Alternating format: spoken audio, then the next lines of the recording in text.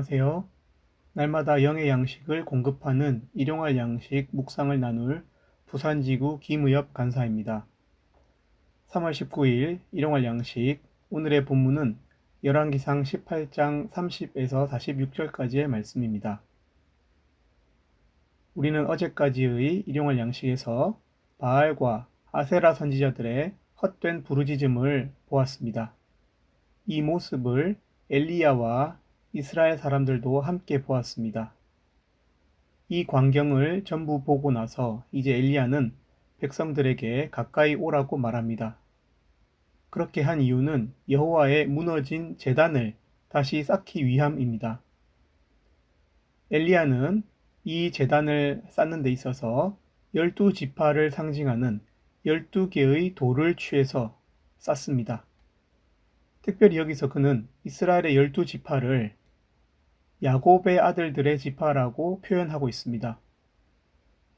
현재 이스라엘은 정치적인 이유로 북쪽과 남쪽이 갈라졌지만 사실은 한 아버지 야곱 밑에서 난 한 형제들임을 다시 상기하는 것입니다. 엘리야는 지금 이스라엘의 신앙을 회복하고자 하는데요. 하나님의 제단을 쌓으려고 하는데요. 그런데 이 하나님의 제단을 쌓는 일, 하나님 앞에 신앙을 갖는 일에 전제가 되어야 하는 것은 형제간의 하나됨입니다. 형제간에 갈리고 찢긴 상태에서 하나님을 섬기는 것은 신앙에 있어서 모순적인 것입니다. 마태복음 5장 23, 24절에 보면 예수님은 말씀하시길 그러므로 예물을 제단에 드리려다가 거기서 내 형제에게 원망 들을 만한 일이 있는 것이 생각나거든 예물을 제단 앞에 두고 먼저 가서 형제와 화목하고 그 후에 와서 예물을 드리라고 했습니다. 하나님께 드릴 예배의 전제 조건, 예배의 제단은 형제 간의 우애라는 것이 신구약 성경의 가르침입니다. 자, 이제 엘리야는 제단 주위에 도랑을 파고 물을 가득 부어서 하나님의 불을 기다립니다. 하나님의 응답을 기다린 것입니다. 바알과 아세라의 우상과 살아계신 하나님의 결정적 차이가 바로 이 응답입니다. 하나님은 응답하시는 하나님이십니다. 엘리야는 불만을 바라는 것이 아닙니다. 엘리야는 불에 앞서서 4가지 기도를 드립니다. 그러니까 불이 목적이 아니라 불을 통한 하나님의 응답, 하나님의 메시지가 목적이라는 뜻입니다. 엘리야가 드린 4가지 기도는 여호와가 이스라엘의 참 신인 것, 엘리야가 하나님의 종인 것, 엘리야 자신이 하나님의 말씀대로 모든 일을 행하는 것, 하나님은 패역한 백성들의 마음을 돌이키시는 분인 것, 이 4가지를 알게 해달라는 것입니다. 그래서 이 4가지를 알게 해주시는 그 하나님의 메시지를 불을 통해서 응답해 달라는 것입니다. 불이 사람을 바꾸는 것이 아닙니다. 메시지, 말씀이 사람을 바꿉니다. 하나님은 이제 하나님의 응답으로 불을 내려주십니다. 물에 젖은 제단 주위의 물들과 재물을 화끈하게 태우십니다.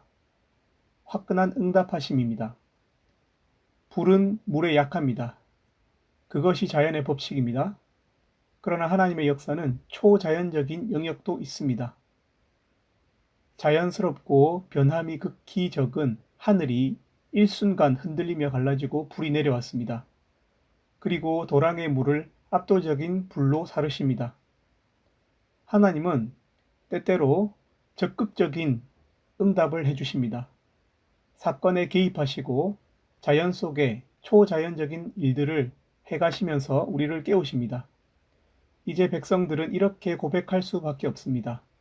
여호와 그는 하나님이시로다. 여호와 그는 하나님이시로다. 이 말은 의지를 가지고 억지로 한 고백이 아닙니다.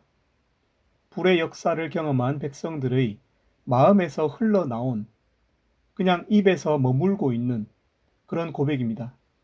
여호와가 참 신이란 사실을 멍하니 불을 쳐다보며 거듭거듭 고백하고 있는 것입니다. 이 믿음의 고백을 이끌어내시는 분은 불로 응답하시는 하나님이십니다.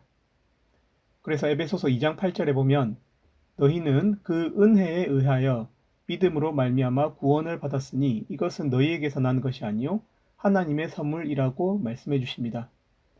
믿음은 우리 내면의 가능성에 의해서 일어난 어떤 내적인 발로가 아닙니다. 믿음은 하나님이 주신 선물입니다. 지금 갈멜산 위의 이스라엘 백성들의 상황도 같습니다. 하나님께서 그들을 믿게 하신 것입니다. 이것이 은혜입니다. 오늘 말씀을 천천히 묵상해 보시면서 또 오늘 하루 하나님과 동행하는 하루가 되셨으면 좋겠습니다.